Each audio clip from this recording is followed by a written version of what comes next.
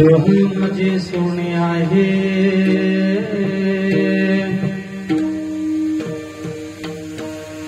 लोह माझे सोने आहे, परिसा बिन हाताळये तेवे वपुसे गुरु कर स्पर्श होता करी अमर तरी त्या मंथना वाचोणे, तरी त्या मंथना वाचोणे कैसे प्राप्त होय लोणी तेवे वपुसे गुरु कर स्पर्श होता करी अमर महादेव म्हणे साधू, महादेव म्हणे साधू संगे लाभे ब्रह्मबोधू तेवे वपुसे गुरु कर स्पर्श होता करी अमर शिवहर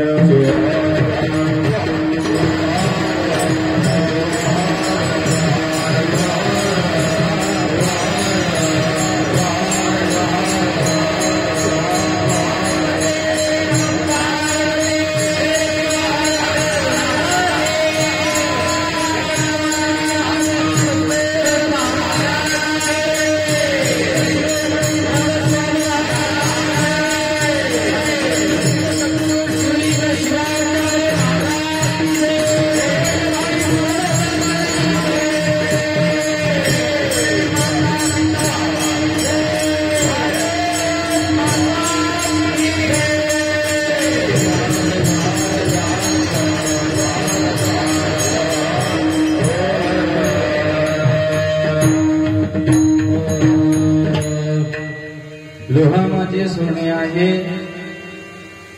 परिसा बिना हाताळये तेवे वपुसे गुरु कर स्पर्श होता करी अमर प्रणम्यं श्रीसादेवं गौरीपुत्र विनायकं भक्तावसं स्मरे नित्यम् कामार्थपुरुषित्तये त्रिलोक्य संपदालिक्य समनलिक्षण वित्तये सच्चिदानंद रूपाय शिवाय ब्रह्मणे नमः यामहं सर्वलोकानां प्रकृतिं शस्त्रपारगः त्वां धर्मचारणे शम्भो प्रणमामि परां शिवां पञ्चानतनुभूतानां पञ्चाक्षरमनुपमान् पंचसूत्रकृत वन्दे पञ्चाचार्याणां जगद्गुरु अखण्डमण्डलाकारं व्याप्तं मेनं चराचरं तत्पदं दर्शितं मेनं तस्मै वै श्रीगुरवे नमः। लोहा माझे सोने आहे, लोहा माझे सोने आहे, परिसा बिना हाता नये तेवे वपुसे गुरु कर स्पर्श होता करी अमर। अनंत कोटी ब्रह्मांडाचे नायक शाश्वत सुखाचे स्वामी विश्वाचे विश्व चैतन्य विश्वराध्य विश्वगुरु माझे आराध्य भगवान आशुतोष परमात्म्याला हृदय मंदिरामध्ये स्मरण करून त्रिकाल वंदनीय प्राप्त स्मरणे देहाचे शिल्पकार पदवाक्य पद प्रमाण पारावार दृष्टी वसुंधरा रत्न राष्ट्रसंत सद्गुरू डॉक्टर शिवलिंग शिवाचार्य गुरुमाऊलींच्या पवित्र चरण कमरी श्री साष्टांग दंडवत प्रणाम करून भगवान शिवाच्या पंचमुखापासून उत्पन्न झालेले श्रीमज्जगुरु पंचाचार्यजी 12व्या शतकातील थोर समाज सुधारक क्रांतीसूर्य समतानायक जगत ज्योती महात्मा 16व्या शतकातील तुमची आमची सर्वांची माऊली संजीवन समाधी राजेश वियोगी संत शिरोमणी ब्रह्मक माऊली पंचवराजीकृत आमचे ग्रामदेव स्थानदेव वास्तुदेव पंचे आराधदेव स्वानंद सुखनिवासी संजीवन समाधी राजे सद्गुरू आतुटेश्वरप्पा या सर्व दिव्य विभूतींच्या चरणी अनंत कोटी श्री साष्टांग दंडवत प्रणाम करून पुण्यग्राम पवित्र ग्राम आदर्श नगरी कृष्णोड या गावाचे ग्रामदेव भगवान शिव परमात्मा भगवान रुद्र परमात्मा यांच्याही चरणी साष्टांग दंडवत प्रणाम करून गेली 34 वर्षापासून 36 वर्षापासून सलग भगवान शिवशंभूच्या दरबारामध्ये चालत असलेला हा अखंड शिवनाम संकीर्तन सप्ताह ग्रंथराज तरुण भविष्य पारायण सोहळा व शिवकथा ज्ञानयज्ञ सोहळा अत्यंत वैभव संपन्नपणे आपल्या ग्रामवासियांनी जोपासलेला आहे. अथक परिश्रमातून अत्यंत प्रतिकूल परिस्थितीवर मात करून याला अनुकूल बनवून अत्यंत संघर्षमय यात्रा काढत पाहता पाहता याला 3 दशकाचा काळ पूर्ण झाला. 3 दशकाचा काळ गेला कसा हाही मोठा प्रश्न आहे. आणि ज्या वेळेला अशा या सप्ताहाची सुरुवात झाली त्यावेळेला याला उभं करण्यासाठी काय सोसावं लागलं असेल ते उभं करणाऱ्यालाच माहिती असते. मातेची खूण ती वांझुकीला कळत नाही हा शब्द शास्त्राचा आहे. तद्वत त्याला उभं करण्यासाठी ज्यांनी दिवसरात्र प्रयत्न केला असेल त्यांचे चरण खरंच वंदनीय आहेत. म्हणून त्या सगळ्या वंदनीय व्यक्तींना अभिवादन करू. उपस्थित आदरणीय आमचे स्वामीजी असतील, गुरुवर्य असतील, संप्रदायातील नामवंत गुणीजन संत मंडळी आलेली आहेत. इथं खरंच काहीतरी संयोग असा आहे बघा. आणि आंधळा मागतो 1 डोळा म्हणे आणि देव देतो 2 डोळे. तसं आपलं झालंय ना. कल्पनेच्या पलीकडचा हा भव्यदिव्य अखंड शिवनाम सप्ताह यावर्षी साजरा होतोय. संप्रदायातील असे येचून काढलेले हिरे आज या ठिकाणी सापडलेले आहेत. अप्रतिम अलावण्य कलावंत, गुणवंत, कीर्तिवंत, यशवंत सर्व जाणकार मंडळी, तज्ञ मंडळी या मंचावरती आज आहेत. सर्वमित्र शुभक्ती पारायण, संगीत विशारद, संगीत अलंकार आमचे सखारामजी महाराज, सर्वमित्र शुभक्ती पारायण आमचे आत्मीय पांडुरंगजी महाराज, परममित्र शुभक्ती पारायण मृदंगाचार्य तालमणी मृदंग सम्राट म्हणून आमचे लघुजी महाराज श्रीशेखर, आमचे युवा मृदंगाचार्य परममित्र आमचे विभूतीजी महाराज ज्ञानेश्वर, त्याचबरोबर हळदनेचार्य आमचे अच्युतांना असते. उपस्थित आमचे आटपिडकर मंडळ, गावातील सर्व ग्रामस्थ मंडळी ज्यांच्या माध्यमातून या कार्यक्रमाला संबंध महाराष्ट्रामध्ये प्रचारित आणि प्रवाहित करण्याचं कार्य करत आहेत असे परममित्र आदरणीय शुभक्ती पारायण आमचे दत्त मंदिर लाभदी युट्यूब चॅनलचे मालक. या युट्यूब चॅनलच्या माध्यमातून आपला हा अखंड शिवनाम सप्ताह कायमरूपी इंटरनेटवरती स्टोरेज माध्यमातून पाहता येईल. कधीही तुम्ही युट्यूबवरती सर्च केला दत्त मंदिर लाभदी की आपला अखंड शिवनाम सप्ताह तुम्हाला संपूर्ण पाहायला मिळेल. निश्चित पहा. एक आठवण ही कायमस्वरूपी आपल्या मोबाईलमध्ये राहून जाईल आणि तुम्ही कुठेही बसाल तिथं हा आनंद घेता येईल. म्हणून या चालत असलेल्या अखंड शिवनाम संकीर्तनातील आजचे हे 3रे कीर्तन पुष्प समर्पित करीत असताना कीर्तन सेवेसाठी निवडलेला अभंग शिवसंप्रदायातील थोर संत कवी शिवसंत राजयोगी महादेव प्रभू यांचा 4 चरणाचा अभंग आहे. या 4 चरणाच्या अभंगाच्या माध्यमातून राजयोगी शिवसंत कवी महादेव प्रभूने आपल्याला जीवनाच्या संगतीचं महत्व प्रतिपादित करण्याचा प्रयत्न केलेला आहे. मनुष्याच्या जीवनामध्ये संगतीचा कितपत परिणाम आहे याचं बोलकं उदाहरण म्हणजे हा अभंग आहे. या अभंगाच्या माध्यमातून जेवढं घ्यावं तेवढं कमी आहे. मातीचं सोनं होण्याची क्षमता या अभंगामध्ये आहे. अविवेकातून विवेकाला प्राप्त होण्याचा मार्ग या अभंगामध्ये आहे. जीवनाच्या वाहत गेलेल्या प्रवाहाला पुनश्च उजाळा देण्यासाठी आणि उज्ज्वल भविष्याचं गणतव्य प्राप्त करण्यासाठी या अभंगाचं महत्व आहे. माणसातून उठलेल्या पुन्हा माणुसकी प्रदान करण्यासाठी हा अभंग आहे. केवळ माणसातून उठून गेलेला माणूस केले तर माणसाला देव करण्यासाठी सुद्धा हा अभंग आहे.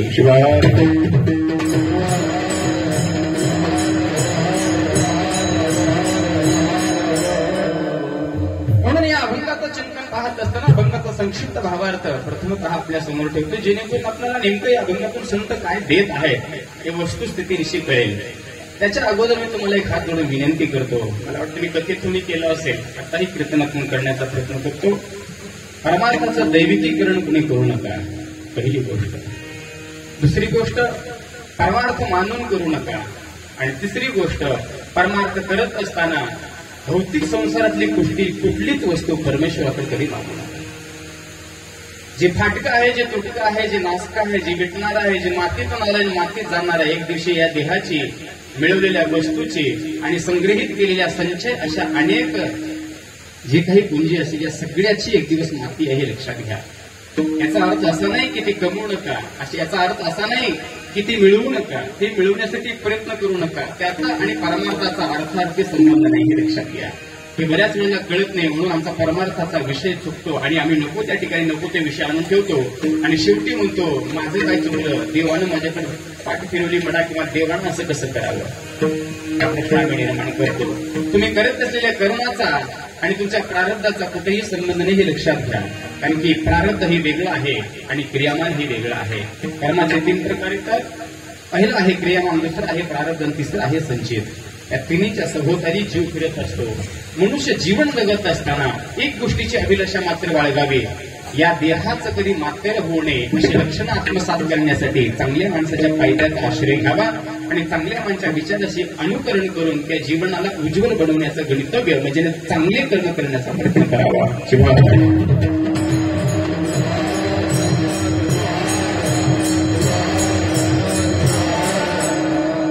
या अभंगातून राजयोगी शिवसंत कवी महादेव प्रभू आपल्याला सांगतात, परमेश्वराला शोधण्यासाठी, परमेश्वराला पाहण्यासाठी, परमेश्वराला जाणण्यासाठी, परमेश्वराला ओळखण्यासाठी, परमेश्वराला आत्मसात करण्यासाठी बाहेर कुठेही जायची गरज नाहीये.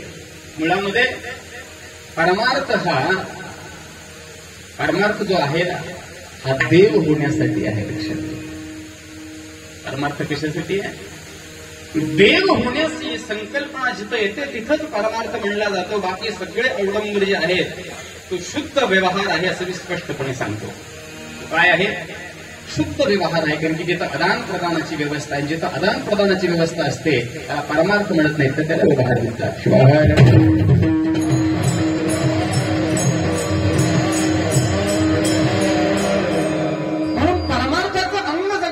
नेमका आम्ही पारमार्थिक आहोत का, याचा सगळ्यांनी विचार करावा. इथं अबाल वृद्ध बरेचसे गुढीजन मंडळी आहेत, बरेचशा मातावर्ग आहेत. तुम्हा सगळ्यांना या अभंगातून बरंचसं काही द्यायचं आहे. फक्त घेत असताना स्वीकार करण्याचा प्रयत्न करा आणि ते स्वीकारल्यानंतर या स्वीकारलेल्या शब्दाचा आणि माझ्या जीवनाचा कुठं संबंध येतो का, हा समतोल पद्धतीचा, सामंजस्य पद्धतीचा, समविचाराचा विचार इथून घेऊन जाण्याचा प्रयत्न करा. अभंगाकडे पाहत असताना माऊली सांगतात, लोहा माझी सोने आहे, परिसा विना हाता नाहीये. अत्यंत शोभ साधं उदाहरण माऊली दिले. माऊली म्हणतात लोखंडामध्ये सोनं आहे. कुणाचा विश्वास बसेल का याच्यावरती? काय म्हणता माय, त्याच्यात सोनं आहे असं मी म्हणलं तर ते खरं वाटेल का तुम्हाला? आणि जर हे खरं असलं असतं आम्हाला 60,000 तोळा सोनं घ्यायची गरज होती का? 60 रुपये दिलो की किलोभर लोखंड. गळ्यातलं बनवा, नाकातलं बनवा, कानातलं बनवा, कुठलंही बनवा.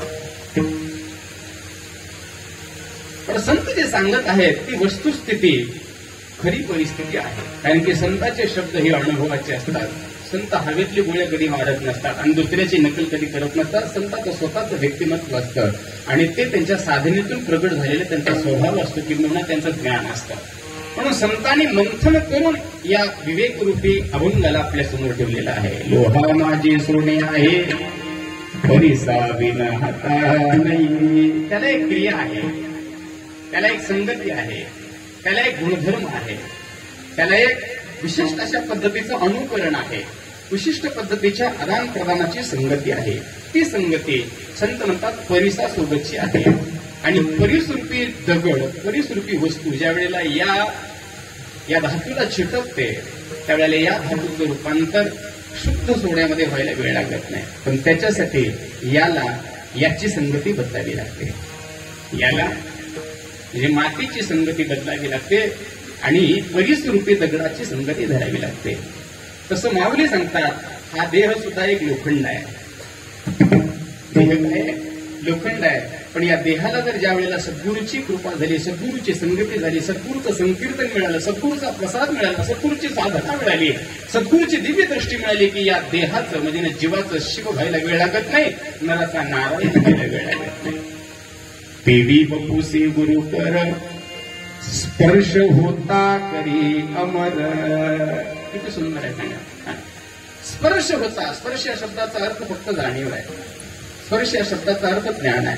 स्पर्श या शब्दाचा अर्थ योग आहे. स्पर्श या शब्दाचा अर्थ त्याच्या जीवनामध्ये येणारा अलौकिक दिव्य असा एक प्रसंग आहे. आणि तो प्रसंग केवळ सद्गुरूच्या सानिध्यात मिळतो, बाकी कुठेही मिळू शकत नाही. म्हणून ते संस्कार सांगितलेले आहेत. देवी बपुसे गुरु कर स्पर्श होता करी अमर.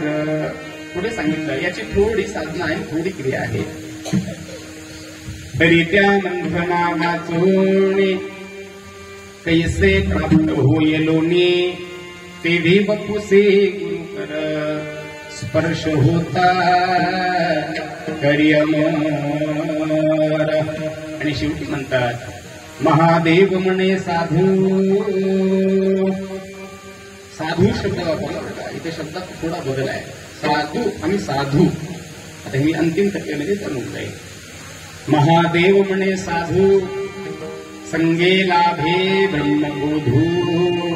देवी बपुसी गुरु कर स्पर्श होता करी अमर. शिवार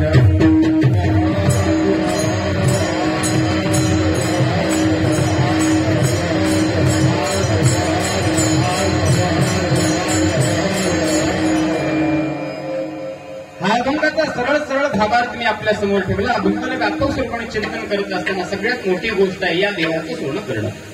या अभंगाचा यथार्थ भावार्थ एवढाच आहे, सार एवढाच आहे.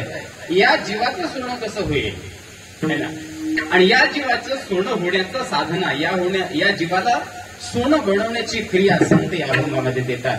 बऱ्याच वेळेला आपला स्वरूप आपल्याला कळल्या नसल्यामुळे दुःख आहे, आपलं गणतव्य स्थान कळलं नसल्यामुळे दुःख आहे, आपला विचार आपल्याला कळल्या नसल्यामुळे दुःख आहे, आपली क्रिया आपल्याला कळल्या नसल्यामुळे दुःख आहे. आणि ती कळण्यासाठी दोन गोष्टी लागतात. एक तत्ववेत्या व्यक्तीची संगती म्हणजे ज्याला ती कळतं, आणि दुसरी गोष्ट ती अनुभव घेऊन जो दुसऱ्यामध्ये संचरित करतो त्याला प्रवाहित करणे म्हणतात. अशा सद्गुरूची संगती. दोन गोष्टी महत्वाच्या आहेत. आणि या दोन्ही गोष्टी नाही मिळाल्या तर देह सोन्याचा जरी असला तर मातेर झाल्याशिवाय राहणार नाही. शिवाय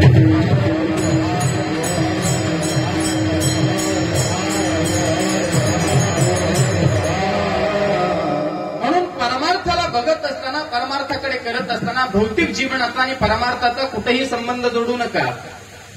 भौतिक जीवनाचा संबंध प्रारब्धावर अवलंबून आहे आणि परमार्थाचं जीवन किंवा परमार्थाचं जे मनुष्यामध्ये येणारं परिवर्तन आहे हे क्रियामान कर्मावर अवलंबून आहे.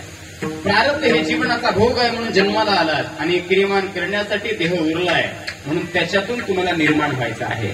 प्रारब्ध कुणाला चुकला नाही, कुणाला चुकणार नाही, कुणाला चुकवता येणार नाही. याला जन्माचं गाठोडं म्हणावं आणि ते घेऊनच आपण जन्म आलेला आहे ना. माऊली सांगतात ज्याचे संचित त्या सांगत कोण जाणे पूर्वदत्त. जम्हा गर्भे रचिला गोळा बरे वाईट ये वेळा. जैसे घेणे तैसे देणे. माऊली सांगतात ज्या दिवशी आईच्या गर्भामध्ये हा मांसपिंड आला ना परमेश्वराच्या कृपेने, त्याच दिवशी जीवनाची शिजुरी घेऊन आलं हे लक्षात घ्या. त्याच दिवशी यथार्थ जीवनामध्ये जे येणार आहे सुख आणि दुःख हे सगळं घेऊन आलेलं आहे.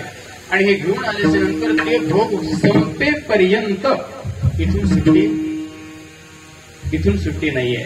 आणि ज्या दिवशी त्या प्रारब्धाचा भोग संपला संत म्हणतात सुट्टी आपोआप होणारी आहे.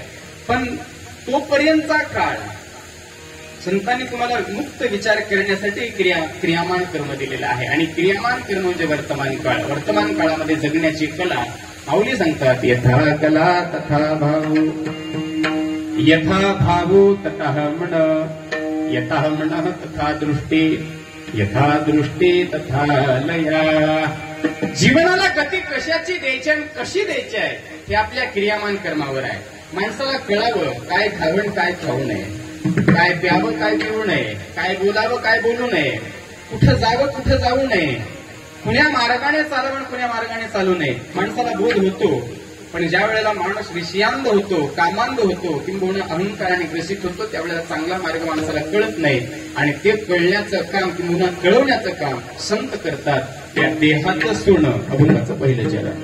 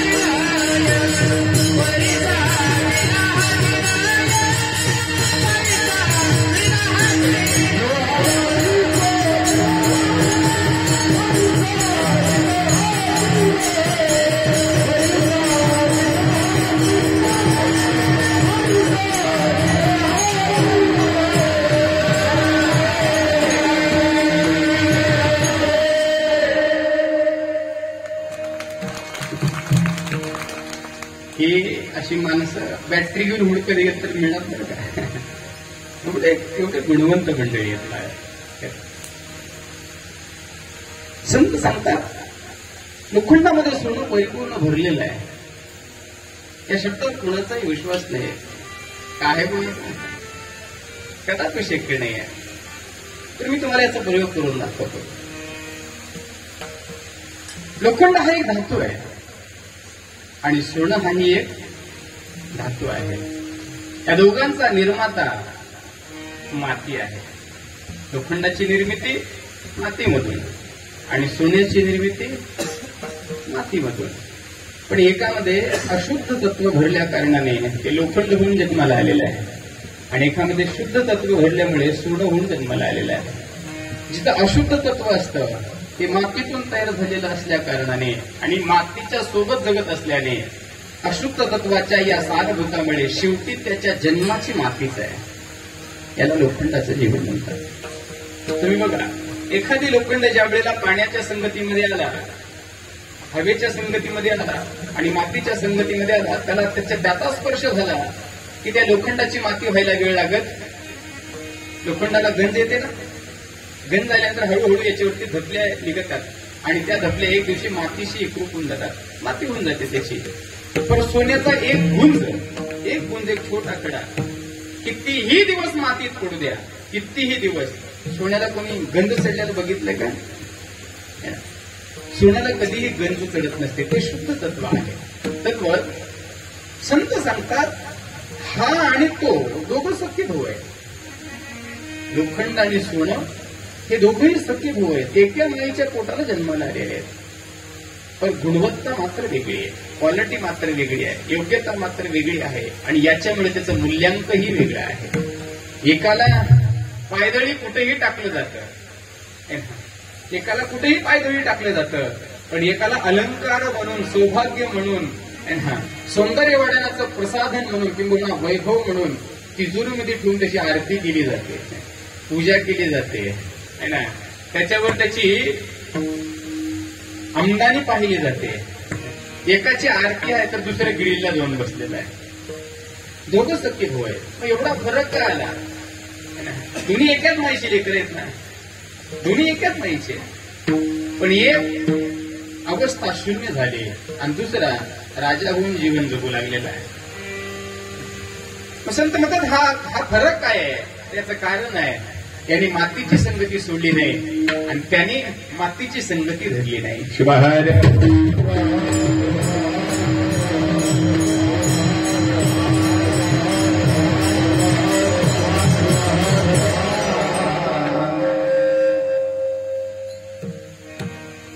वीरशैव संस्कृती ही जीवाला देव बनवणारी आहे, जीवाला शिव बनवणारी आहे. आणि ही संस्कृती सहजरित्या या माणसामध्येच ईश्वर प्रगट करणारी आहे. आम्हाला देव बाहेर शोधायची गरज, देवाची कल्पना बाहेर करायची गरज आणि देवाला कुठं आम्हाला पाहायची गरज. तर संत सांगतात देव ही संकल्पना जशी तुझ्या अंतःकरणामध्ये रुजवलेली आहे. जेवढ्या संतांचं चरित्र तुम्हाला माहिती असेल, ज्ञानोबा तुकोबांपासून मनमत लक्ष्मण महाराज आणि महादेव प्रभू, अशा संतांचं चरित्र पहा, अशा संतांचं वाङ्मय पहा की त्या वाङ्मयामध्ये त्यांनी तुम्हाला देव कसा होता येईल याचा मार्ग सांगितलेला आहे. आणि तो मार्ग संत इथं उदाहरणातून देतात. माती सोनी आहे, पण त्याच्यासाठी विशिष्ट गोष्ट आहे. परिसा बिन हाता नाही. त्याच्यासाठी विशेष गोष्ट काय आहे तर योग्य माणसाची संगत आणि योग्य माणसाची पंगत. आता जो परीस आहे तो परीस ही मातीतूनच तयार झालेला हे लक्षात घ्या. परीसाची उत्पत्ती सुद्धा मातीच आहे, पण त्याच्यामध्ये एक दिव्यता अशी आहे की त्याला लोखंडाला सोनं बनवता येतं, लोखंडाला सोनं बनवता येतं, पण त्याच्या अंगी परीस बनवण्याची योग्यता मात्र नाही. परीसाला लोखंडाला सोनं बनवता येतं, पण परीसाला लोखंडाला परीस बनवता येत नाही. त्याच्यापेक्षा अनंत पटीनं हे संत, साधू आणि गुरु पुढे असतात. संत म्हणतात का तर निजांगी वैसविले तया स्त्री गुरुनाथे, त्याला गुरु म्हणतात. शिष्याला शिष्य बनवत नाही तर शिष्याला गुरुपदी बसवतो, तो गुरु असतो. तो जीवात्म्याला शिवात्म्याकडे नेतो, तोच सद्गुरु असतो. आणि जो शिष्याला आपल्या पदावरती आरूढ करून स्वतःचं स्वरूप प्रदान करतो त्याला गुरु म्हणतात. आणि तशा गुरुची गरज या जीवाला आहे.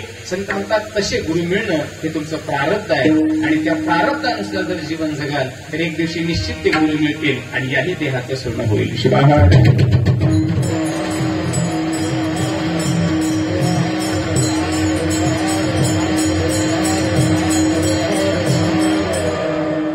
दिशा भटकलेल्या जर माणसामध्ये जर तुम्ही जर पुराणांमध्ये कथा पाहिल्या तर अशा अनेक कथा आपल्याला पाहायला मिळणार आहेत आणि अशा अनेक कथा आपल्याला पाहायला मिळत आहे.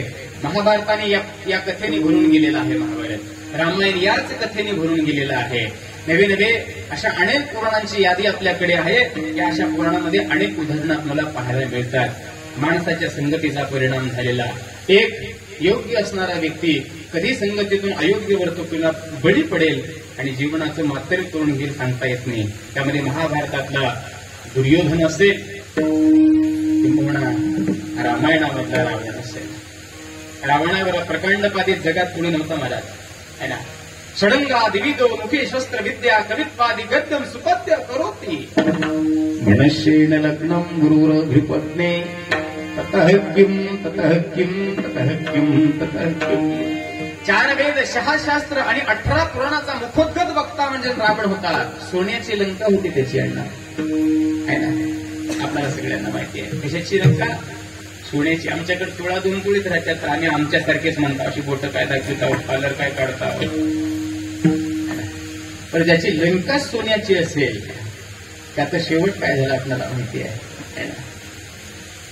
परिणाम मुक्त संगतीचे संत म्हणतात अयोग्य संगतीने जीवन उद्ध्वस्त व्हायला वेळ लागत नाही. युवराज असणारा भारताचा दुर्योधन, युवराज भारताचा युवराज, पण फक्त एका माणसाची चुकीची संगत लागली आणि होत्याचं नव्हतं झालं. दुर्योधनाचं नाव मुळात दुर्योधन नाही तर सुयोधन आहे, लक्षात घ्या. सर्व लक्षणाने युक्त असणारा एक प्रभावशाली व्यक्ती म्हणजे दुर्योधन होता. पण दुर्भाग्यपूर्ण अवनती प्राप्त करणाऱ्या शकुनीची संगती होती. बस एवढाच. अवनती प्राप्त करणाऱ्या अधोगतीला नेणाऱ्या शकुनीचा एक शब्द दुर्योधनाने स्वीकारला. होत्यात नव्हतं झालं. कुरुवंशामध्ये दिवा वाजवायला कोणी शिल्लक राहिलं नाही. कारण काय आहे? जीवनाची अयोग्य संगती.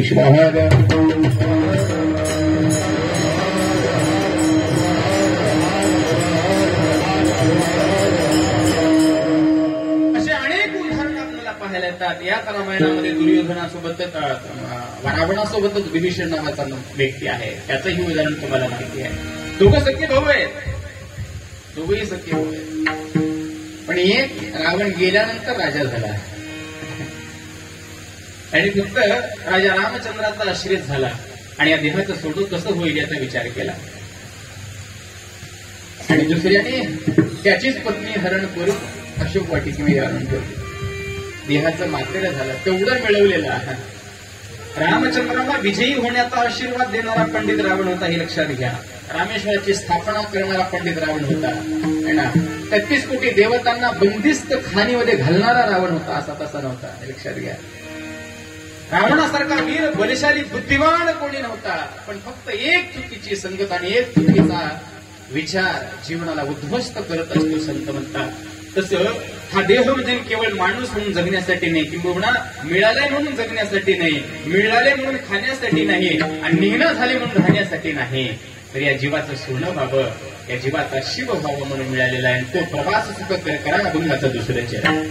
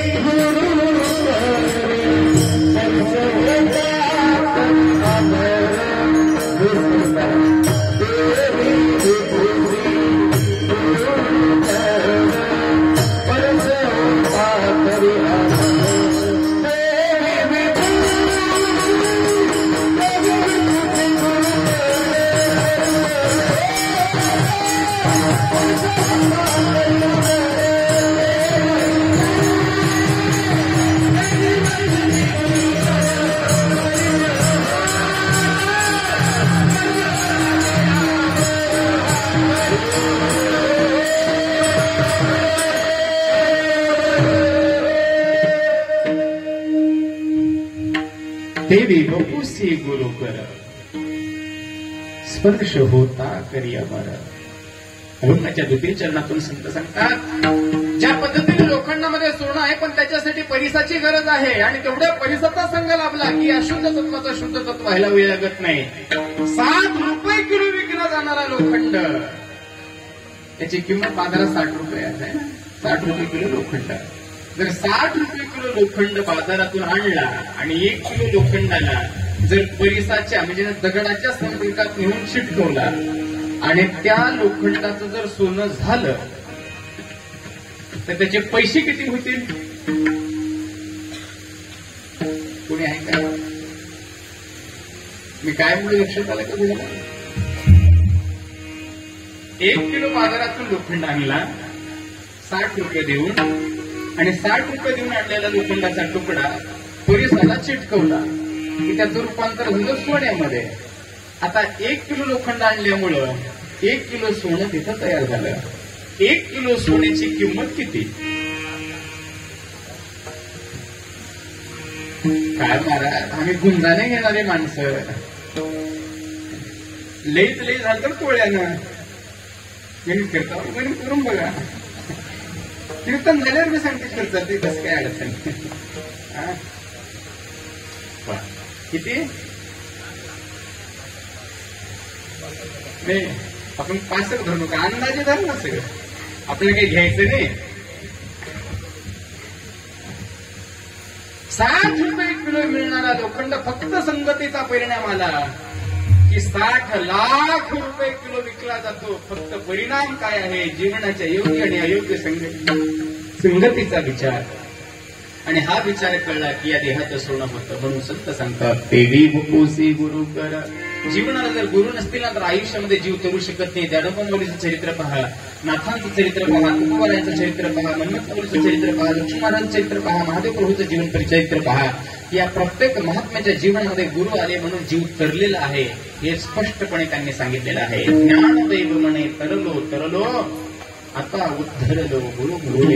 जीवनामध्ये जोपर्यंत सद्गुरु कृपाने, सद्गुरु अनुग्रह नाही, सद्गुरूकडून दीक्षा नाही आणि मूल मंत्र नाही तोपर्यंत जीव करू शकत नाही. त्याने कितीही मोठा वाचक राहू द्या, कितीही मोठा वक्ता राहू द्या, कितीही पुस्तकं खडून वरून कोरड्या नाही त्याला उकळून पिऊ द्या, कोरा म्हणजे कोराच राहील.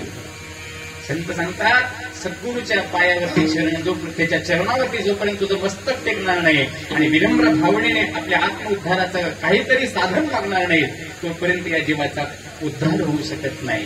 कैसा या जीवाचा होईल उद्धार? संत म्हणतात. हे कधीतरी प्रश्न पडला का?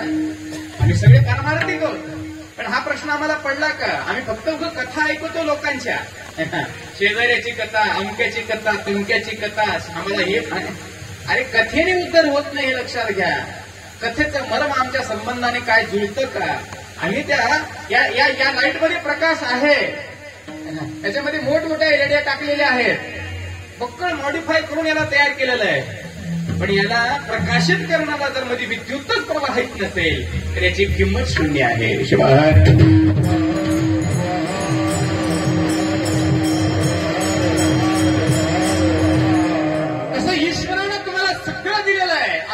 सुंदर बनवलेला आहे, प्रत्यक्ष ईश्वर स्वरूप बनवलेलं आहे.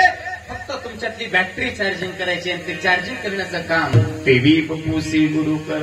बपू म्हणजे शरीर आणि या शरीराला जोपर्यंत गुरु नाहीये, मार्गदर्शक नाहीये, जोपर्यंत एखादी आत्मवेत्ता संत नाहीये तोपर्यंत याच्यामध्ये असणारा तेज बाहेर पडत नाहीये. माऊलीचं एक वाक्य आहे, तुम्हाला जर वाचायचं असेल तर अमृत अनुभव नावाचा ग्रंथ वाचा जो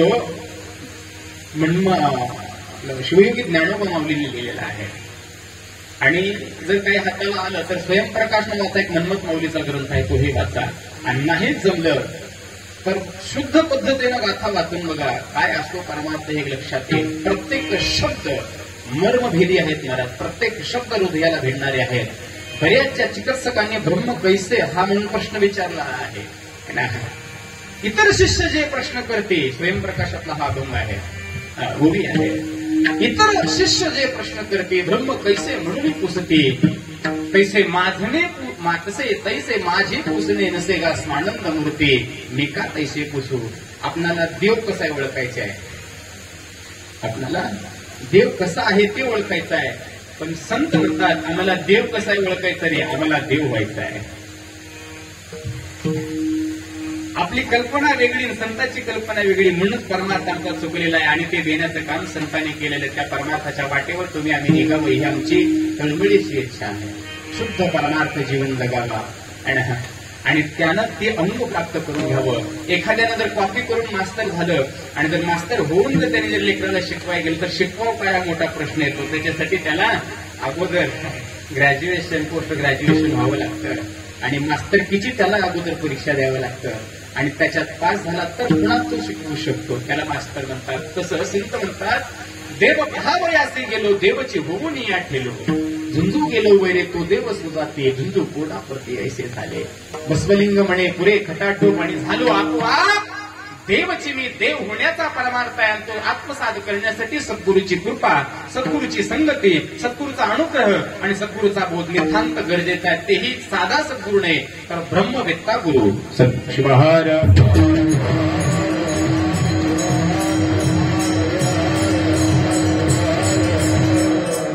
माऊली सांगत आहे, माझे पुसणे तैसे नसे गास आनंद मूर्ती, मी का तैसे पुसू, मी तसं का पुसू, मला काय ओळखायचं आहे.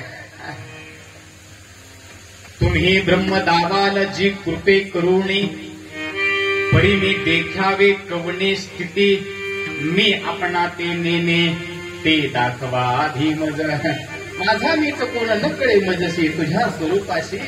हे परमार्थाचं बीज हे लक्षात घ्या. परमार्थ म्हणजे बोलका बाजार नाही, परमार्थ म्हणजे बाजारच्या गप्पा नाही, परमार्थ म्हणजे कुणातर बाईचं, कुणातर सुनाचं, कुणातर नवऱ्याचं आणि कुणाच्या तरी घरचे एखाद्याचं खरकट काढून या स्टेजवरती या गादीवरती काढायचं म्हणजे परमार्थ नाही. आणि संतांची कीर्तन परंपरा नाहीये.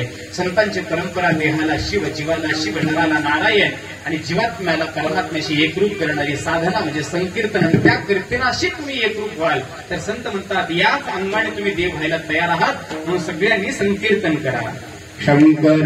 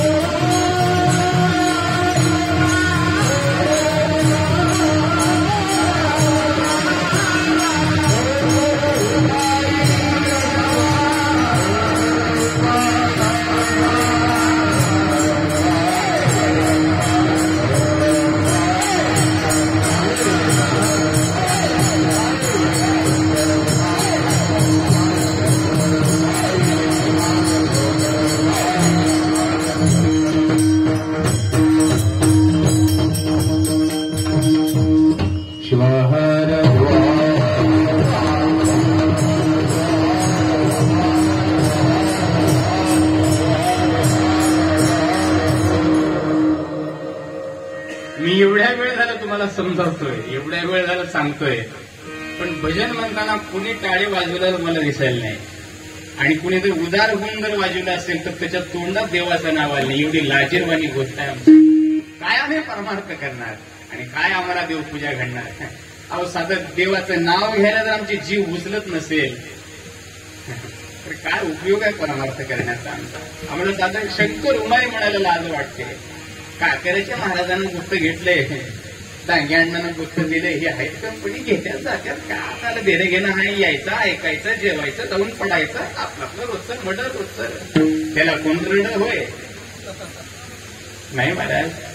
या जीवनाला किंमत नाहीये, या जीवनाला अर्थ नाहीये, या जीवनाला सामाजिक न्याय नाहीये.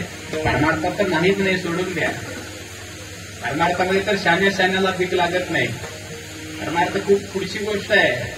आणि पण सामाजिक स्थितीवरती सुद्धा आम्ही माणूस म्हणून जगण्याची योग्यता आहे का याचा आत्मसात, याचा विचार करण्याचा प्रयत्न करा. केवळ घर, पैसा, प्रॉपर्टी, धन, वैभव, मिळवलेली सत्ता, गाडी, पैसा, बंगला, बायको, लेकरं, नवरा, सासू, सासरे हे म्हणजे ना तुमच्यासाठी वैभव नाही. हे कोणी नाही, हे सगळा स्वार्थ आहे, लक्षात घ्या. हे सगळे स्वार्थाचे पुजारी येतील. हे सगळे प्रसंग आले की लाद घालून निघून जाणारे. याचा अर्थ असा नाही की याच्याकडे दुर्लक्ष करा, पण हे करत असताना कधीतरी प्रेमाने तरी त्याचं संकीर्तन करायला शिका. कधीतरी मुखातून नाव घ्या. अरे फुकट आहे ना, फुकट आहे देवाचं नाव. आणि या जगामध्ये नाव सोडून जर काही केल्याचा प्रयत्न केला तर काही होऊ शकत नाही महाराज. कलियुगाला माझे भजन हे सार. संत म्हणतात एकच सार आहे आणि तो साधनांचा शिवभाग आहे, हे लक्षात घ्या. शिवदास म्हणे साधनांचे सार एकमेव नाम आहे, एकमेव नाम. म्हणून त्याच्यासाठी जिथंही बसाल तिथं संकीर्तन करायला शिका. हाताने काळी मुखाडे नाम शिवाहार.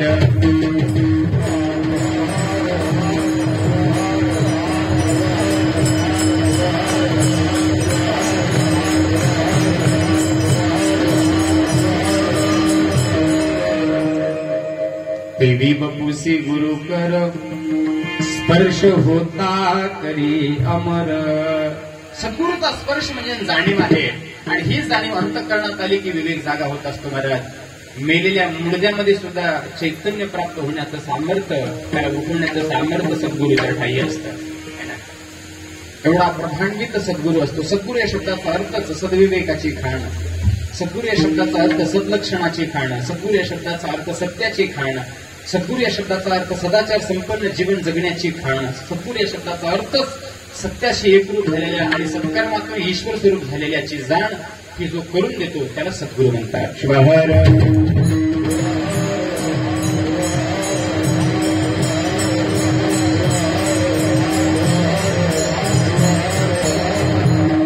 जीवाशी शिवपदी बैसविले, रंकासी रावपद दिले, जया श्री गुरुनाथे. आणि संत सांगतात तो परमात्माच सगळ्यासाठी गुरु आहे, हे लक्षात घ्या. कारण की ज्ञानोबा सारखे संत म्हणतात ओम नमो लियाद्या. पहिल्या शब्दामध्ये त्याचं नमन आहे, हे लक्षात घ्या. का अदिनाथ उमा बीज प्रगटले, मच्छंद्राला धले सहज स्थिती. आपली गुरु परंपरा मानत आहे ज्ञानोबामध्ये. मच्छंद्राने बोध गुरुक्षाशी केला, गुरुक्ष गल्ला गहिनी प्रती, गहिनी प्रसादेने प्रत्ये दातार. ज्ञानदेवा सार चोजविले. माझी जी परंपरा आहे ती आदिनाथांची परंपरा आहे, आणि आदिनाथ हे माझ्या परंपरेचे गूढ आहे म्हणून हेच मूळ आहे. आणि तिथून आलेली परंपरा, त्या परंपरेचा मी पाईक आहे. म्हणून माझे गुरु, माझे सद्गुरू म्हणजे आदिनाथ आहेत. आणि केवळ ज्ञानोबा माऊली नाही तर जेवढ्या महापुरुषांचं साहित्य तुमच्याकडे असेल ते सगळं चाळून पहा. सगळ्यांचा करता धरता आणि हरता गुरु स्वरूपातून तो शिव परमात्मा आहे.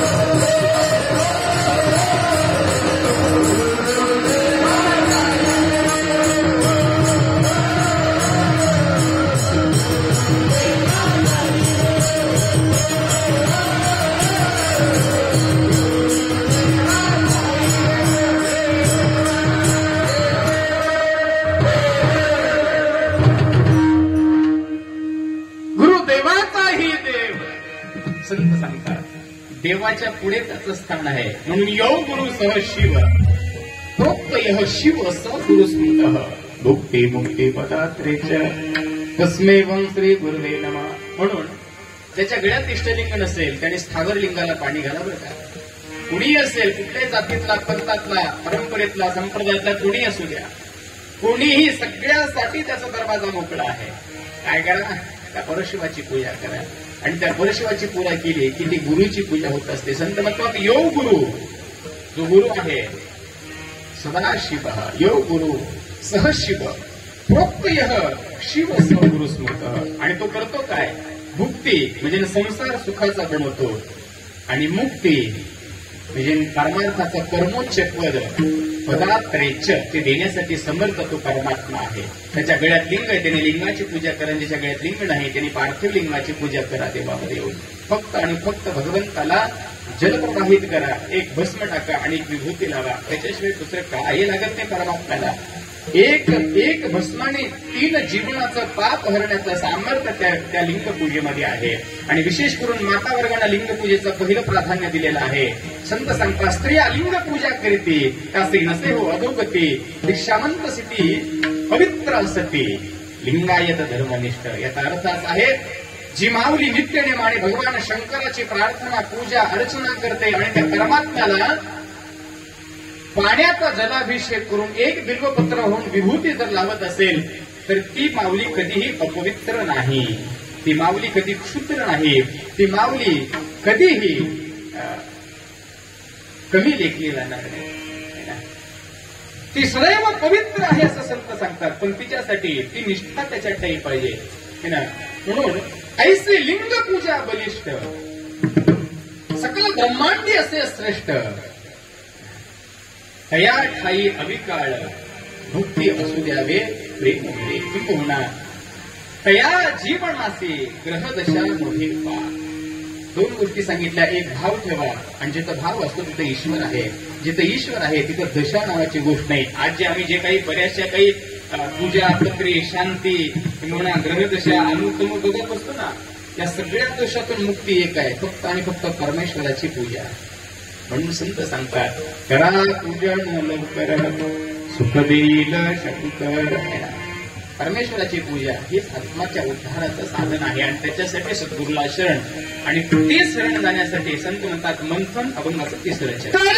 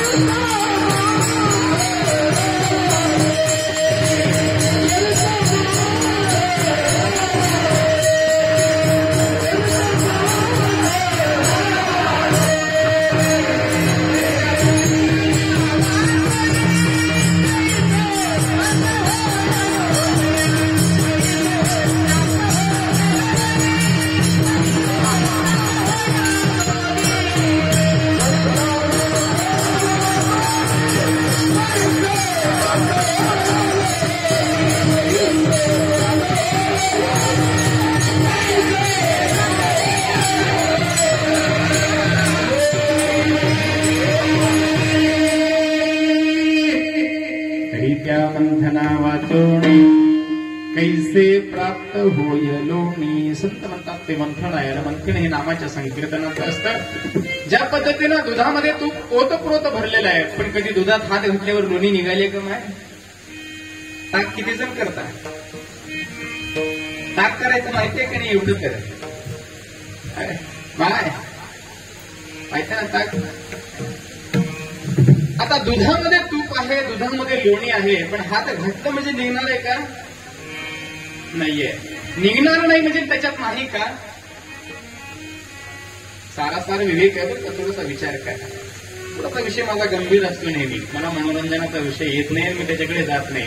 आयुष्यभर आमचा हसू झालेला आहे, आणखीन काय हसू बाबू म्हणून मी त्याच्यापासून दूर असतो. आयुष्यभर आमची स्वतःची फजिती आम्ही करून घेत राहिलो आणि त्या फजितीपासून कुठेतरी दूर जाण्यासाठी परमार्थाचा आश्रय घेतलेला आहे. पण इथे येऊन जरी आम्ही तेच करत असतात तर त्याचं जीवन हे लाजीरवाणं असतं संत म्हणतात. मी तिकडे काही जाणार नाही, तो भाग वेगळा झाला. दुधामध्ये लोणी आहे ना, काय म्हणतो आहे, आहे म्हणजे हात घातलं तर निघणार आहे का? नाही म्हणावं तर मग लोणी येते कुठून? दुधामधून. लोणी दुधामधूनच आहे, पण त्याच्यासाठी क्रिया आहे हे लक्षात घ्या. त्याच्यासाठी मंथन आहे. दुधाला गरम करावं लागतं, तुम्हाला माहिती आहे.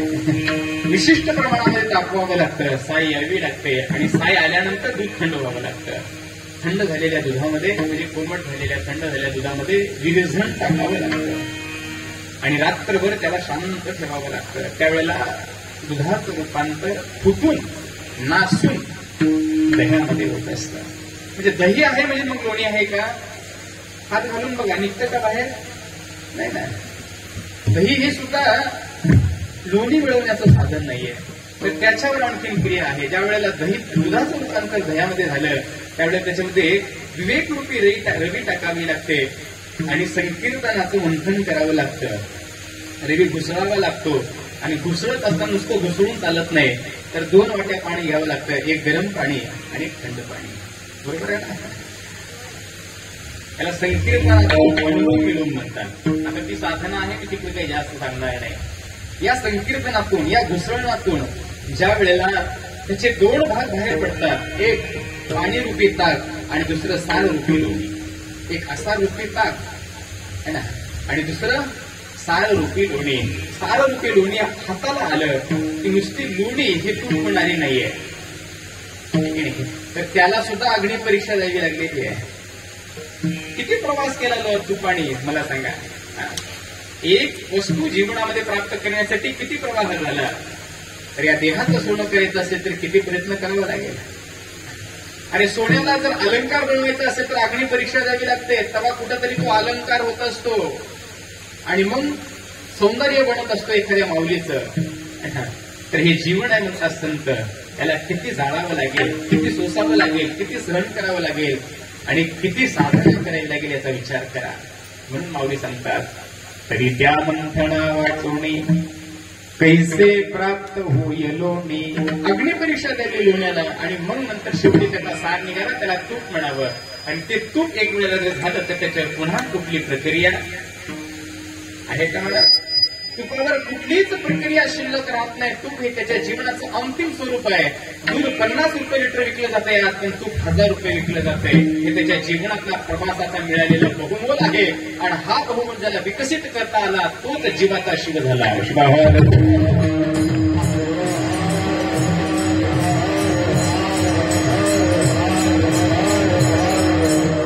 म्हणून या प्रवाहासाठी एक करा, जीवनाचं सोनं होण्यासाठी संग धरा. अभंगाचं शेवटचं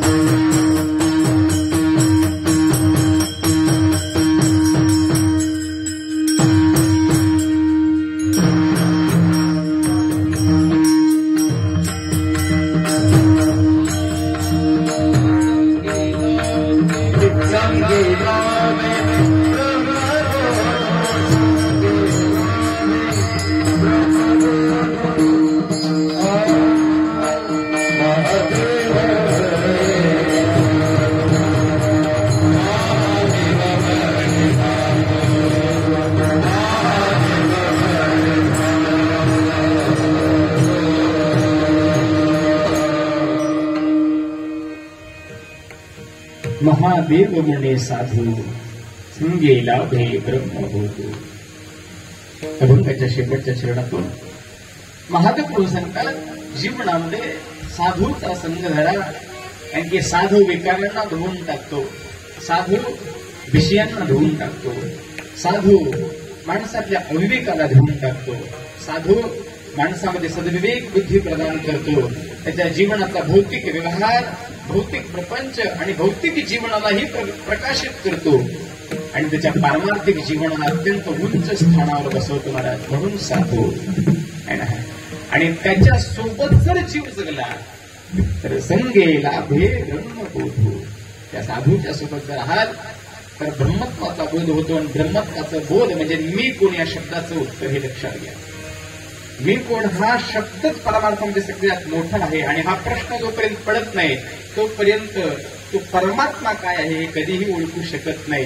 तुम्हाला बऱ्याच जणांना नामदेवरायाचं चरित्र माहिती असेल. नामदेवरायाच्या चरित्रामध्ये एक भरपूर मोठी कथा आहे. पण जोपर्यंत नामदेवरायाने विश्वनाथ स्वामी म्हणजे विसोबा खेसराला शरण जाऊन त्यांच्याकडून गुरु अमृत, गुरु बोध, गुरु दीक्षा, गुरु मंत्र घेतला नाही तोपर्यंत त्यांना परमात्मा कळला. मग उभं आयुष्यामध्ये काही जरी केलं तर परमात्मा कळू शकत नाही. आणि शेवटी या देहाचं फक्त शिव व्हावं लागेल, बाकी काही होत नाही. कारण की जन्मताही लिंग आहे आणि मृत्यूनंतरही लिंग आहे हे लक्षात घ्या. ज्या लोकांच्या समाध्या होत असतात ना महाराज त्याच्यावरती फक्त आणि फक्त शिवपिंड स्थापन केले जाते. कारण की शिवपिंड हेच अंतिम जीवनाचं सत्य आहे. लिंगमय जगत सर्वम लिंगे बोलविल्या वेद बोले, लिंगे चालविल्या सूर्य चाले, लिंगे हलविल्या वायू हल्ले, सत्ता मात्र लिंगाचे. म्हणून जिवंतपणे हे लिंग आणि मृत्यूनंतर हे लिंग हे लक्षात घ्या. म्हणून जेवढ्या समाध्या असतात ना तुम्ही ज्याही महापुरुषांची समाधी पाहाल तिथे लिंग स्थापन आहे. आणि ज्या समाधीवर लिंग नसेल त्याला समाधी म्हणत नसतात बरं का, त्याला थडग म्हणतात. त्याच्यावर लिंग नाही त्या समाधीला समाधी म्हणत त्याला ओटा नाही तर थडग म्हणतात. आणि ज्याच्यावर पिंड असतं त्याला समाधी म्हणतात.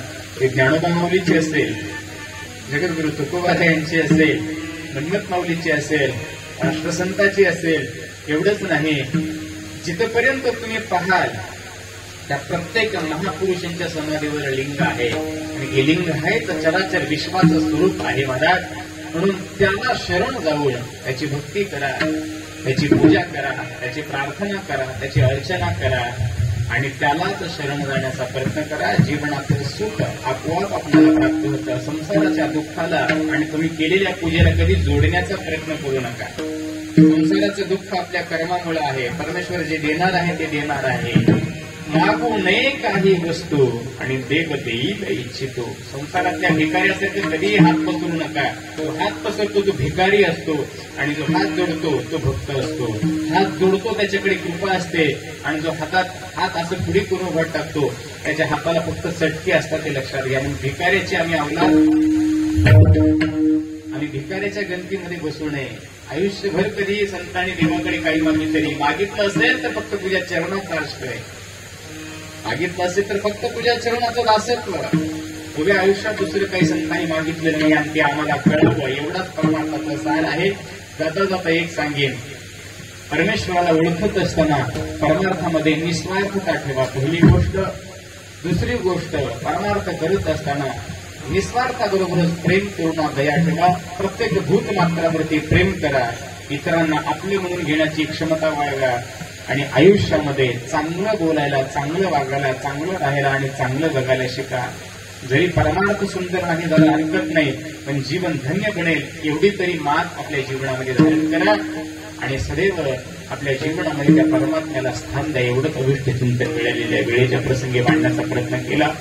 अत्यंत सुंदर नियोजन, आयोजन आणि अत्यंत सुंदर अशा प्रयोजनातून चालत असलेला भव्यदिव्य अखंड शुभनाम सप्ताह यावर्षीचा विशेष सप्ताह आपल्या गावामध्ये, आपल्या नगरीमध्ये थाटलेला आहे. आणि की अत्यंत भूमिजन संत मंडळी आमची या संप्रदायातील हिरे या स्टेजवरती तुमच्या गावामध्ये तुमच्या सगळ्यांच्या समोर आपल्या भक्तीला त्या परमेश्वराच्या चरणी लीन करण्यासाठी आलेले आहेत.